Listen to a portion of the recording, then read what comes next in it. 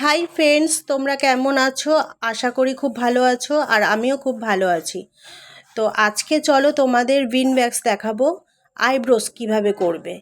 তো এই ছোট্ট হিটারটা উইন ওয়্যাক্স গরম করার জন্য, আর এটা খুব পছন্দের আমার, খুব সুন্দর দেখতে, ছোট্ট একদম। আর এটার যে বোল, এটা খুবই সফট রাবারের তৈরি। আর এই যে উইন ওয়্যাক্সগুলো ঢালা হচ্ছে, তো এই বিন ওয়্যাক্সগুলো বিনের মতো দেখতে বলে এটার নাম হচ্ছে বিন। তো চলো আজকে দেখাচ্ছি আমি কিভাবে করব।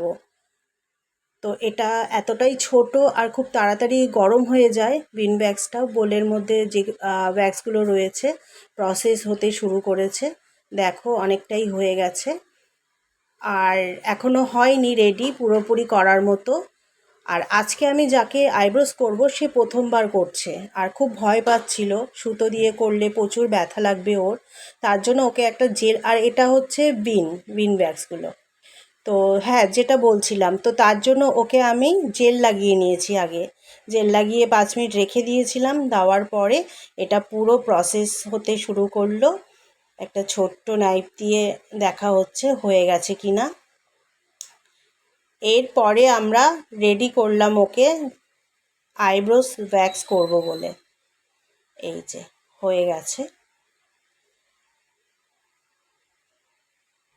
আর এটা কিভাবে করব, ওর আইব্রোসটা ড্র করে নেই। আমরা যখন মেকআপ করি তখন আইব্রোসটা ড্র করি, তো ওইভাবেই আইব্রোসটা ড্র করে নিতে হবে। যেহেতু আমি অনেক দিন থেকেই করছি, আমার অভ্যাস হয়ে গেছে, ওর জন্য আমি আলাদা করে ড্র করিনি, আমি ওয়্যাক্স দিয়েই পুরো লাইনটা করে নিয়েছি। তো তোমরা যারা নতুন তারা অবশ্যই এটা মাথায় রাখবে যে দুটো যেন সমান হয়, আর দুটো তোমরা ড্র করে নেবে।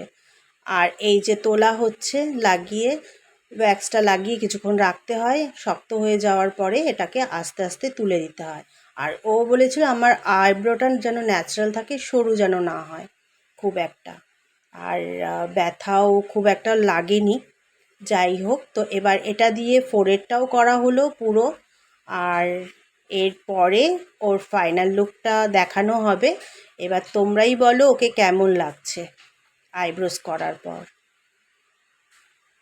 ফোরেরটা হচ্ছে,